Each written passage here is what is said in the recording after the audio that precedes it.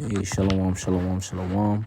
First and foremost, before I get started, like always, I want to give all praise, honor, and glory to Yahweh, Ba'ashem, Yahweh Shai, Ba'ashem, Rachaha Kodash. Double honors to our apostles, our elders, and bishops of Great Millstone who rule well and teach well on sound doctrine.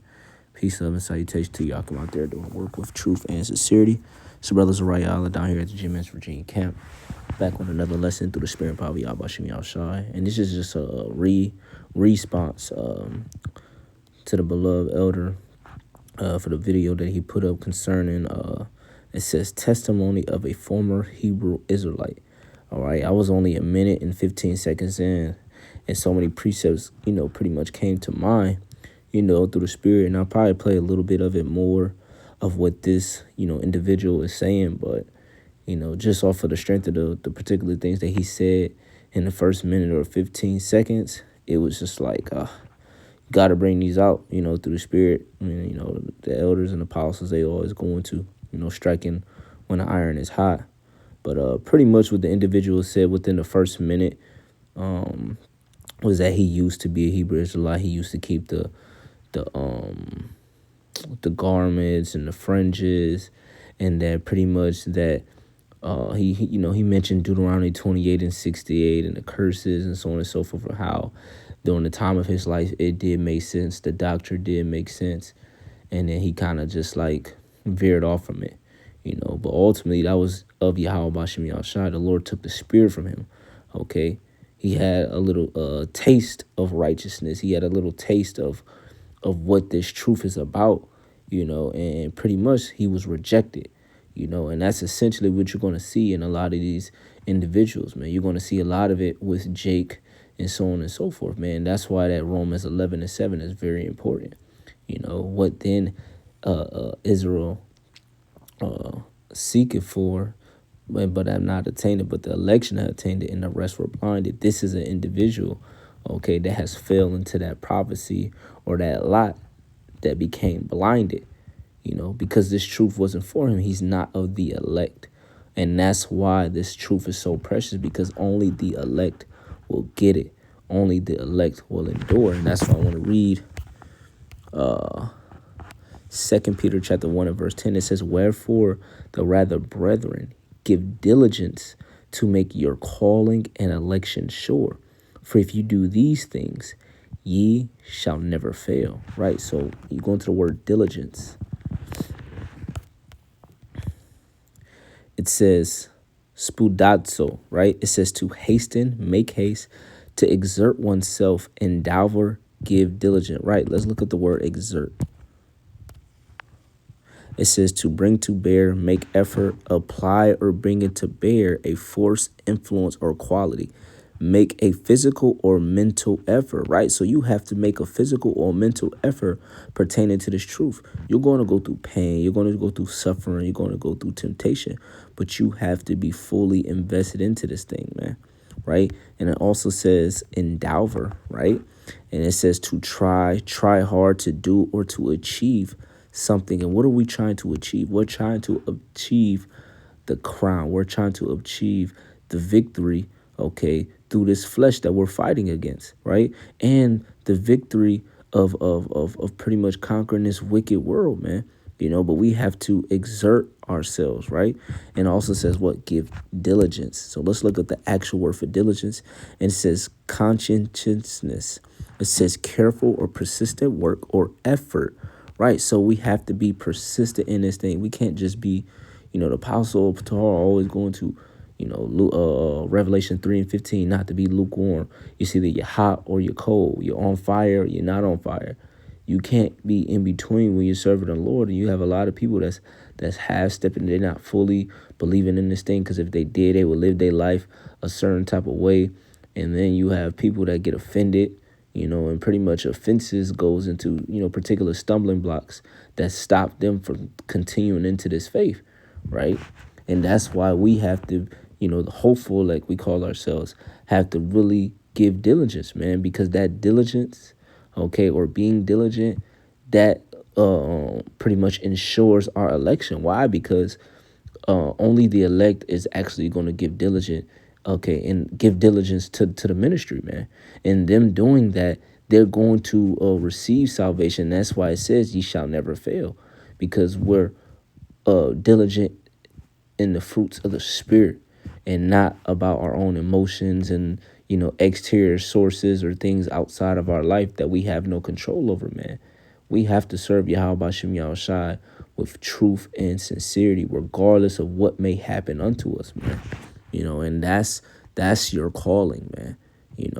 But hey, man, only a few or only many are called, but few are chosen, man. Only a few are chosen for this. Only a few are going to actually make it through. And the ones who are going to make it through are the elect, right? Let's get Romans 14:5. It says, one man esteemeth one day above another, another esteemeth every day alike. Let every man be fully persuaded in his own mind. Yeah, you have to be persuaded, fully persuaded in your own mind that this is it. This is for you, right? You're going to sign your life over to Yahweh Shem Yahushai and pretty much, vow to him that you're going to teach this word. You're going to be brotherly, right? You're going to pray. You're going to fast. And you're going to be watching for the prophecies and waiting for the day of the Lord to come, to deliver you out of the nuclear missiles, to deliver you from famine, pestilence, and destruction, like it says in Job, the 5th chapter, right? These are the things that we're hastening, we're looking forward to, but we have to exert our spirit, okay, and pretty much grasp this or retain this wisdom, knowledge, understanding, and more faith to endure the evil days, because only the elect are going to have those particular attributes, okay, to make it through Jacob's trouble, man. All right. And another precept that I want to get, because he mentioned that he once was, a Hebrew Israelite, right? This is 1 John chapter 2. And I start at verse 15. It says, love not the world, neither the things that are in the world. If any man love the world, the love of the Father is not in him. For all that is in the world, the lust of the flesh, right? And we have particular things that we lust and we crave after. These are the things that our flesh wants, that's pleasing to our flesh, that feels good, right? But everything that feels good is not good. Everything that looks good is not good. Everything that may seem good for us is not good for us, and it doesn't necessarily have to be a particular thing where, you're breaking the law. But at the end of the day, man, if you allow the flesh to overcome the spirit, you're now pretty much showing that you love this world, because love is an action word. So if you're indulging in the world so much, you're showing that you love the world. But if you less indulging into the spirit, it's going to show, man. And that's why we have to tap into the spirit more and more and more. Pray more and more and more. Do lessons more and more and more. Get over bros more and more and more. Why? Because this word has to be engulfed in us, man. Because if we don't, we allow the things of this world, okay, that we may particularly care about, cause us to fall out of this truth. And then next we doing a video like that damn nigga saying we were once a Hebrew Israelite. That's how it all starts, being the cares of this world, right? And it says, if any man love the world, the love of the Father is not in him. For all that is in the world, the lust of the flesh and the lust of the eyes and the pride of life, is not of the Father, but is of the world. And it says, what? And the world passeth away, and the lust thereof. But he that doeth the will of Yahweh Bashem Yahushai abideth forever, right? So if you do the will of Yahweh Bashem Yahushai, which is the things that he commanded you to do, and walk in the paths of righteousness, you're going to abide forever. You're never going to pass away, okay? Just like the flesh or the lust of this world, or pretty much this world, because this world that we currently reside or we live in now is just a wicked kingdom, man. Okay, waiting to be destroyed. It has an expiration date, but the kingdom of heaven to come, it does not have an expiration date. And if you abide in Yahweh Bashem Yahushai, he will abide in you, and he's going to preserve you through these evil days, through the end of this kingdom, and preserve you for the kingdom of heaven, man, to receive that crown, to receive the eternal life, because that was promised to the elect and to the nation of Israel. But the elect are going to get the best of the best, because they strove, all right, unto death for this thing, man. It says, verse 18, little children, it is the last time, and as ye have heard that the Hamashiach or Mashiach, which means anti-Messiah, shall come. And now are there many anti-Messiahs, whereby we know that it is the last time, right? You're going to have a lot of people that are proclaiming to be for Yahweh Shai, but really they're not. They're really against him. They're really against his word. They're against his elect. Why? They're against the chosen because they don't truly believe upon this thing because they got caught up in their offenses or, man, they just wasn't of the elect, right? And it says, and that goes hand in hand. And it says, verse 19, they went out from us, but they were not of us. For if they had been of us, which is the elect, they would no doubt have continued with us. Right. They would have continued to stand the test. They would have continued the fight. OK, to fight the good fight of faith. That's what was commanded of us. Fight the good fight of faith. Right. And it says, but they went out that they might be made manifest, that they were not all of us. Right. So they weren't a part of this thing truly, man. They weren't chosen. The Lord rejected them because their spirit wasn't right, or it was, from the foundations of the earth, which that goes hand in hand as well. The Lord know who his elect was, man. Sometimes the Lord, bring particular individual in his truth, to either bless them for them to receive eternal salvation, or to bring you into this thing to mark you for a heavy judgment, man. And that's the duality of Yahweh Bashem Yahushai. So with that, I ain't gonna make it too long.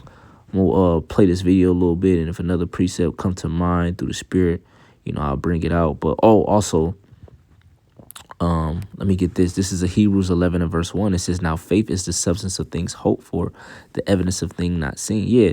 So when he mentioned about, Deuteronomy 28 and so on and so forth, the curses and particular things that he once believed in concerning the doctrine. All right. I remember, personal testimony. I remember first hearing these things. I didn't physically have to see, particular things that brothers was bringing out via the scriptures. I just heard it and I believed it, and it just clicked with me and it resonated with my spirit. And that's when that Romans 8 come into play. The spirit beareth witness with our spirit that we are the children of the Most High, man. So when I heard those curses, when I heard the promises and so on, I said, this is it. This is us. And I never turned back from then. And then it wasn't until I started teaching and started studying and going into the prophecies, going into the breakdowns and so on and so forth, particular things were starting to be revealed to me. And that's how the Lord worked. He'll throw you nuggets and so on and so forth. And pretty much what was revealed to me was,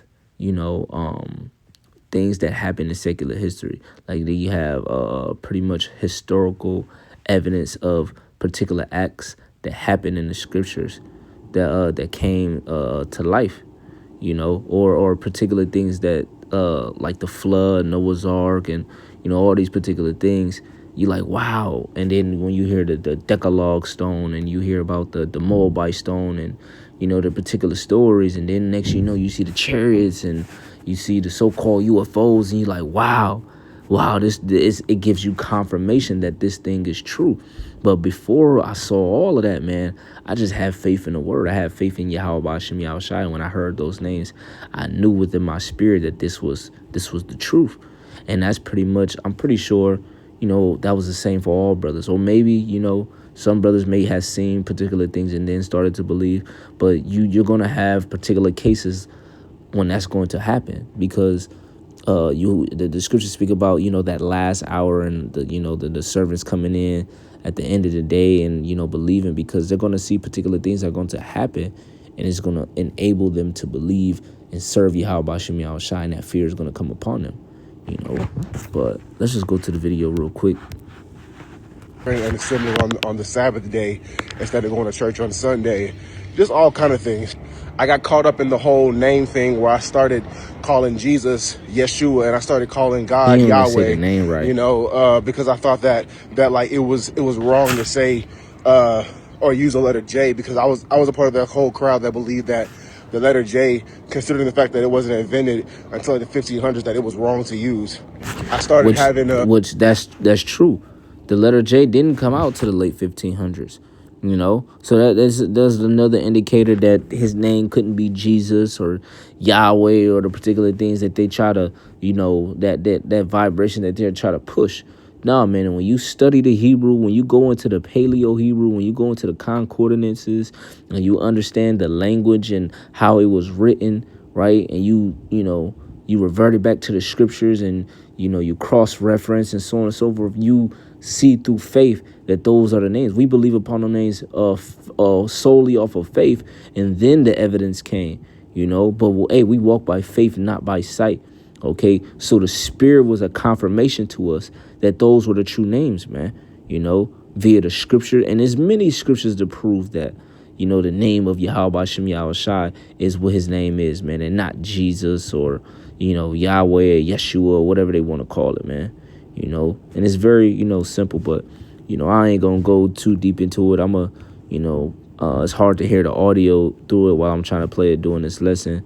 So I'll probably just, watch it through the Spirit, and brothers, can watch it. But, I just wanted to put my 2 cents on it, concerning it, man, because, the Spirit hit me to do it. So the water Yahweh Shem Yahweh Shai for giving me the Spirit to do this lesson.